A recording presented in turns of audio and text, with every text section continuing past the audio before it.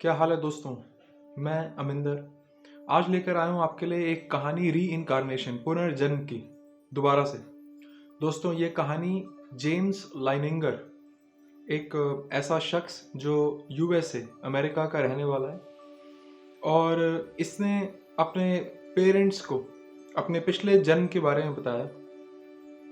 Story यहाँ से शुरू होती है दोस्तों कि अभी ये जो लड़का है जेम्स लाइनिंगर ये अभी होता है 2 साल 2 या 3 महीने का।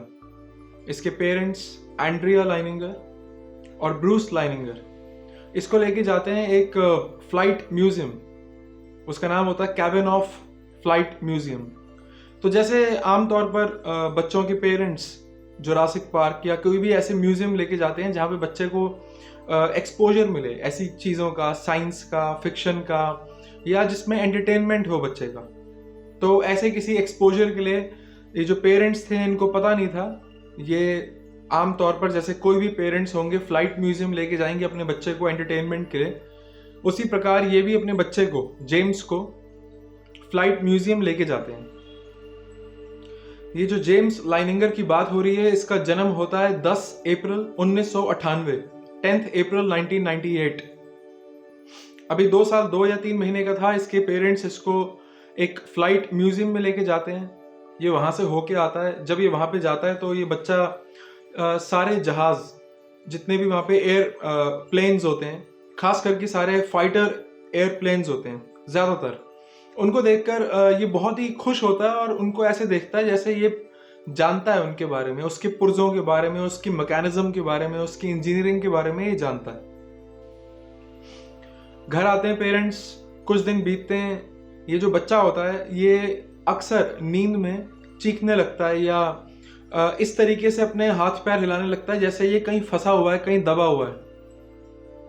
ऐसे करते करते करते कुछ दिन बीतते हैं। इसके पेरेंट्स जो है वो परेशान होते हैं, उनको समझ में नहीं आती कि ये हो क्या रहा है, हमारा बच्चा इस तरीके से क्यों बिहेव करता है। और जब खास करके ये सोता है तो ज़रूर इसको कोई टेरिफाइंग ड्रीम्स आते हैं जिसकी वजह से इसकी नींद खराब होती है और ये इस तरीके से अपने हाथ पैर हिलाता है जैसे कि ये कहीं फंसा हुआ है, कहीं दबा हुआ है।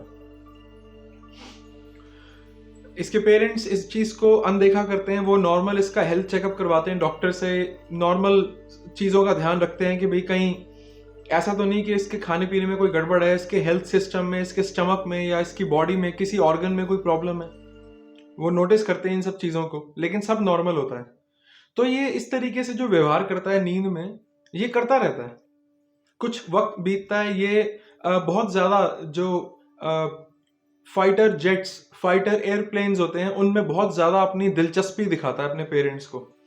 वो वाले खिलौने, वो वाली किताबें, वो वाली मूवीज़ में बहुत ज़्यादा दिलचस्पी लेता है। और धीरे धीरे अपने पेरेंट्स को एक बार खेलते खेलते में ये इसकी माँ जो थी वो किचन में कोई काम कर रही थी और ये खेलते खेलते में अपनी माँ को बोल जाता है कि आपको पता है मैं पिछले जन्म में एक पायलट था, मैं एयरप्लेन चला रहा था और उस पे आके एक मतलब कि ब्लास्ट हुआ, पानी में गिरा, जहाज क्रैश हो गया और मैं उसकी वजह से मरा था। एक्चुअल में मैं एक पायलट था पहले।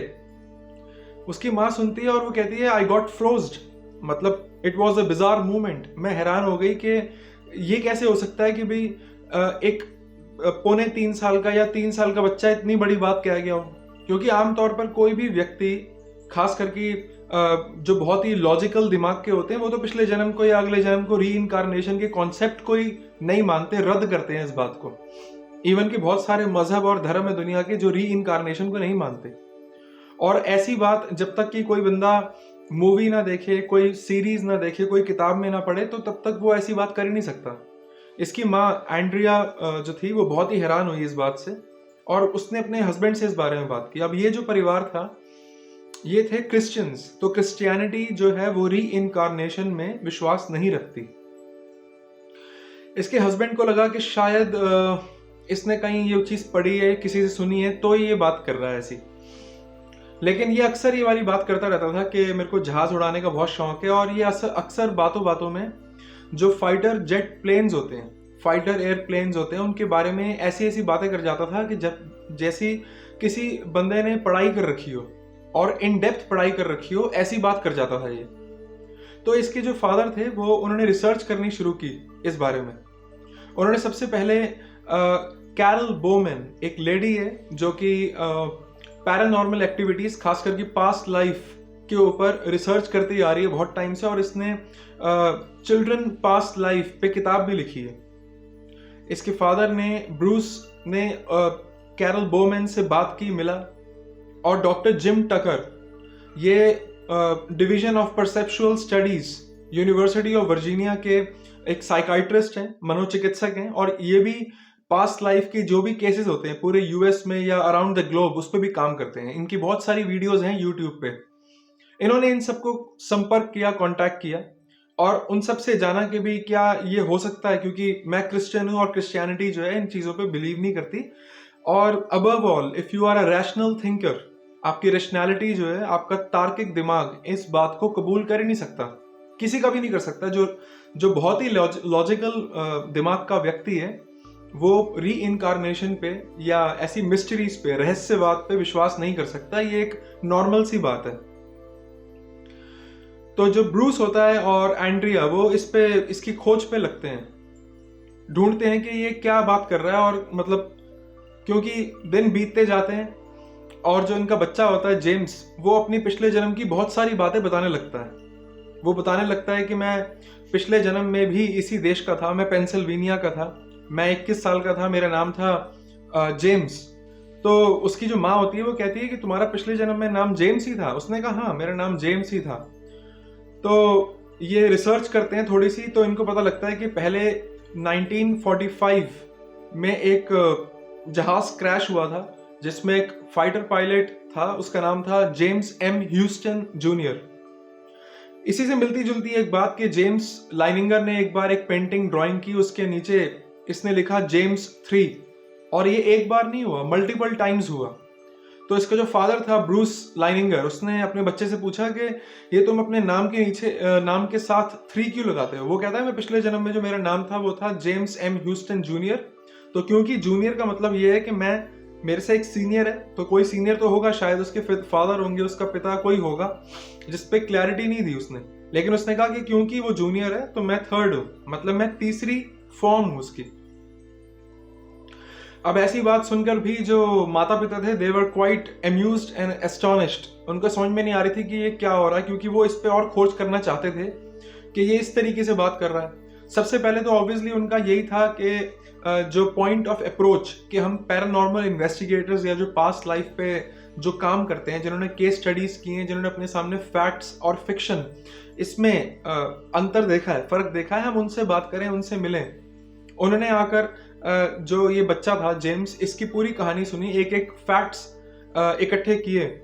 इसने बताया कि पिछले जन्म में मैं 1945 की बात है, 1945 की, ये जापान में पैसिफिक ओशन जहां पे एक डॉर्मेंट वॉल्केनो है, उस जगह का नाम था माउंट सूरीबाची।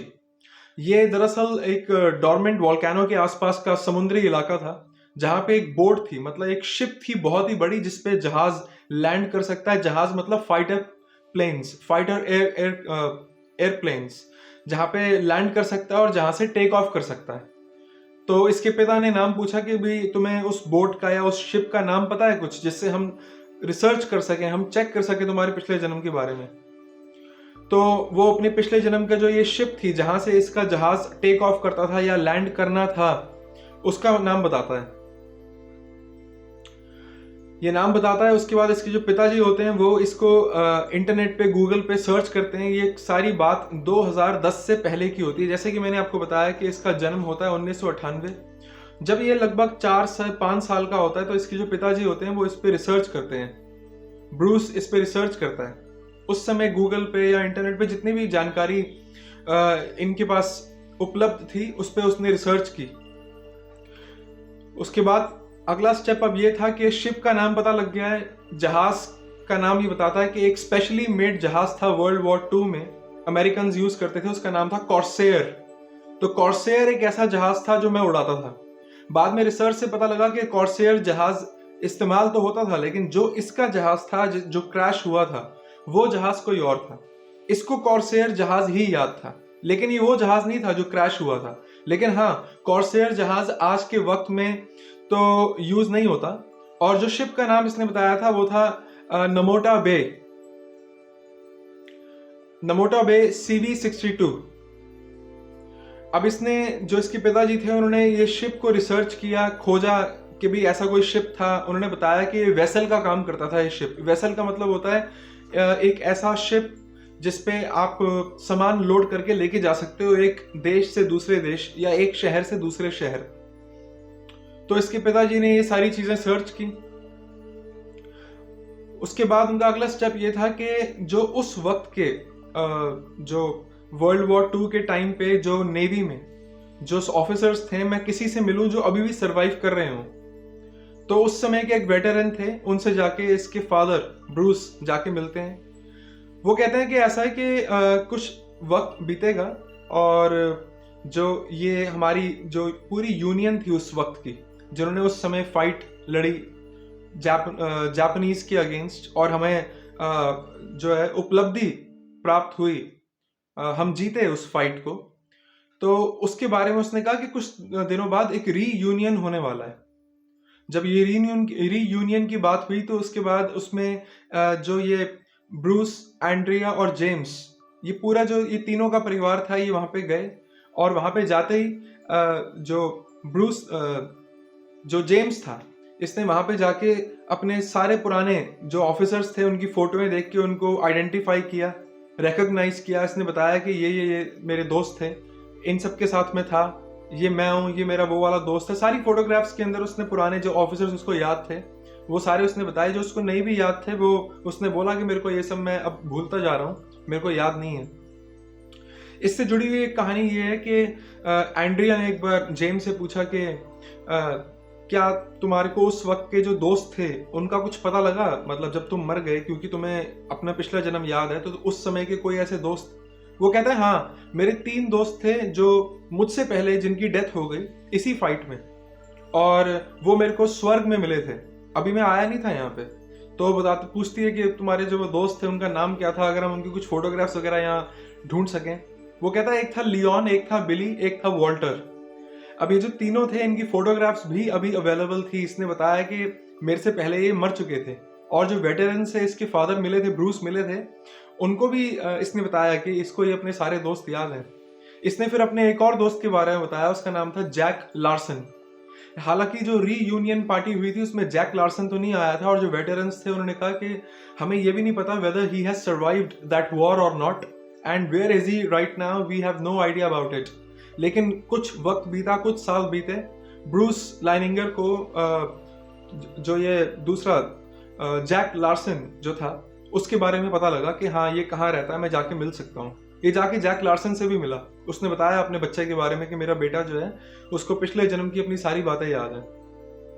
वहां पे भी ये सब बातें कंफर्म हुई। कुछ समय बीता, इसके पेरेंट्स जो थे एंड्रिया और ब्रूस, वो इससे पूछते थे कि अच्छा तुमने पिछले जन्म की अपनी जो ये मिलिट्री बेस था, नेवी का बेस था, उसके बारे में तो बताया, लेकिन तुम्हारी फैमिली का तुम्हें कुछ याद है? तो वो बोलता है कि हाँ मेरे को 2 बातें याद है। एक तो मेरे को अपनी सिस्टर याद है।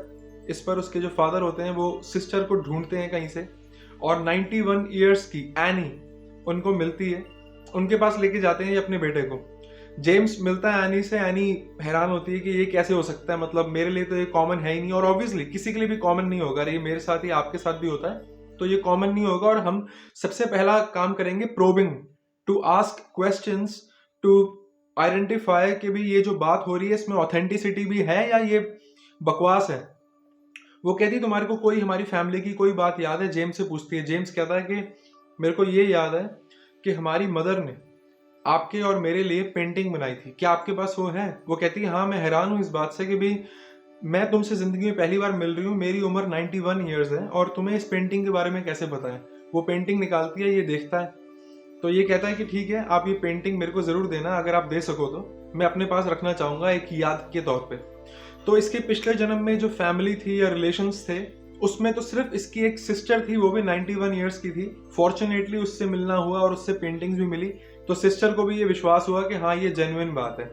पिछले जन्म के जो उसने अपने जहाज के बारे में बताया, फाइटर प्लेन कॉर्सेयर, जो कि अब नहीं यूज होता यूएस मिलिट्री बेस या नेवी में, और उस वक्त का जो उनका वेसल था, जो शिप था, बोट थी, उसके बारे में भी बताया उसने। और उसकी डिटेल्स उसके फादर ने सारी ढूंढी। उसने इवन के अक्सर बातों बातों में जो जहाज वो उड़ाया करता था या और फाइटर प्लेन्स की जो पुर्जे होते हैं, जो पार्ट्स उसमें लगते हैं और जो उसकी मैकेनिज्म है, जो उसकी इंजीनियरिंग है, उसके बारे में भी अक्सर वो बात किया करता था। तो उसके माँ बाप बहुत हैरान होते थे इस बात पे। और इसी चीज के लिए डॉक्टर जिम टकर, जो साइकाइट्रिस्ट, मनोचिकित्सक की मैंने वीडियो की शुरुआत में बात की थी, उन्होंने इस पे पूरी खोज की, पूरी रिसर्च की, उन्होंने एग्जामिन किया इस केस को, और वो अपनी अक्सर यूट्यूब वीडियोस में इस केस के बारे में, जेम्स लाइनिंगर के केस के बारे में बात करते हैं। तो दोस्तों ये जो जेम्स लाइनिंगर ने बातें बताई, इसके अंदर एक और बहुत ही हैरान करने वाली और एस्टॉनिशिंग बात ये भी है। जैसे कि मैंने एक तो आपको बताई, हेवन में उसने अपने 3 दोस्तों को उसने मुलाकात की, मिला, बातचीत की। तो एक बार जो ब्रूस लाइनिंगर था, इसका फादर, वो कोई बात करता है, वो कहता है मैं तुमसे बहुत प्यार करता हूँ, मैं तुम्हारी बहुत कदर करता हूँ, केयर करता हूँ, और मेरे दिल में तुम्हारे लिए एक अलग ही अटैचमेंट है। इस पर जेम्स कहता है अपने फादर को कि मेरे को पता है कि आप मेरे लिए बिल्कुल सही हो और आप मेरी अच्छी कदर करते हो। वो कहता तुम्हें कैसे पता? क्योंकि बच्चा है, बच्चे से तो बंदा ऐसे ही सवाल करता है। वो कहता है कि जब आप और एंड्रिया, मेरी माँ, आप जब एक होटल में रुके थे हवाई, वहां पे पिंक कलर का एक होटल था, आप जब वहां पे रुके थे और अभी आप प्लान कर रहे थे कि हम कोई बेबी करें, हम बच्चा करें, मैंने उसी वक्त आप दोनों को देख लिया था, and I picked you both as my parents. मतलब मैं उस समय, जब अभी मेरी मदर ने कंसीव भी नहीं किया था मेरे को, मैं तब से ही आपको जानता हूं और मैंने आपको पिक किया, I chose you as my parents. हालांकि इसके बारे में ज्यादा विस्तार में, डिटेल में तो जेम्स ने बताया नहीं आफ्टर लाइफ के बारे में, लेकिन उसने आफ्टर लाइफ के बारे में सिर्फ यही 2 बातें बोली हैं। तो दोस्तों ये इस तरीके से पैरानॉर्मल एक्टिविटी सिर्फ वही बताई जाती हैं, सिर्फ वही शेयर की जाती हैं जिसपे हमारे पास फैक्ट्स हो, प्रूफ्स हो। अब ये जो स्टोरी मैंने आपको सुनाई, गूगल पे और यूट्यूब पे बहुत सारी जगहों पे इसकी डिटेल्स हैं, इसकी फैक्ट्स हैं, इस वीडियो में भी सारा शेयर होता आ रहा है शुरुआत से। दोस्तों आपके साथ सिर्फ वही री इनकारनेशन की स्टोरीज शेयर की जाएंगी जिसपे प्रूफ्स हो, जिसपे एविडेंस हो, मतलब जिसपे तथ्य हमारे पास अवेलेबल हो। जो हवाई बात हो, उस पे एक समस्या ये आती है कि सामने वाला व्यक्ति सुनने पर पता नहीं विश्वास करे ना करे। जैसे मैंने इससे पहले एक वीडियो बनाई थी, उसमें हो सकता है कुछ लोग स्केप्टिकल हों, वो विश्वास करें ना करें पैरानॉर्मल एक्टिविटीज के बारे में, पर हाँ, री इनकारनेशन भी बहुत दुनिया के लोगों के लिए एक पैरानॉर्मल एक्टिविटी से कम नहीं है।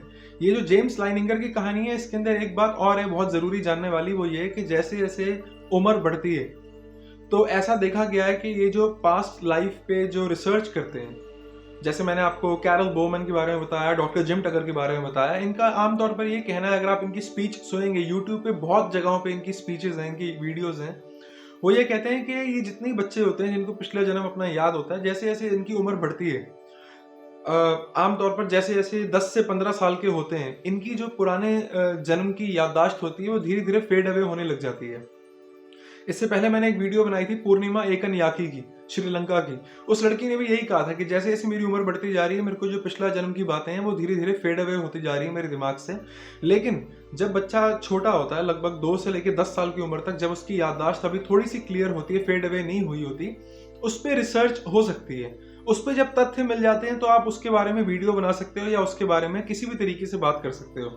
दोस्तों आने वाले टाइम में इस किस्म की पैरानॉर्मल एक्टिविटीज या पास्ट लाइफ के बारे में, या ऐसी कोई भी बात जो मिस्ट्री से संबंधित है, मतलब रहस्यवाद से संबंधित है, अगर मेरे पास ऐसी कोई भी आएगी, मैं डेफिनेटली आपके साथ शेयर करूंगा। और आपको अगर आपके साथ कोई ऐसी चीज हुई है जो कि पैरानॉर्मल है, जो मिस्टीरियस है, तो आप मेरे Instagram page writings of Aminder के इनबॉक्स में अपनी पूरी स्टोरी मेरे साथ शेयर कर सकते हैं। मैं उसको चेक करूंगा कि इसको हम स्ट्रक्चर करके एक स्टोरी के रूप में सुना सकते हैं कि नहीं सुना सकते, वो एक अगला स्टेप होगा। तो आपके पास अगर ऐसी कोई भी स्टोरी होती है, आप मेरे साथ जरूर मेरे इनबॉक्स इंस्टाग्राम के आप शेयर कर सकते हैं कहानी। ये वाली कहानी जेम्स लाइनिंगर की अगर आपको सर्च करना हो तो गूगल और यूट्यूब पे बहुत सारी जगहों पे है। आपको ये कहानी कैसी लगी मेरे को कमेंट सेक्शन में लिखकर जरूर बताना। शुक्रिया।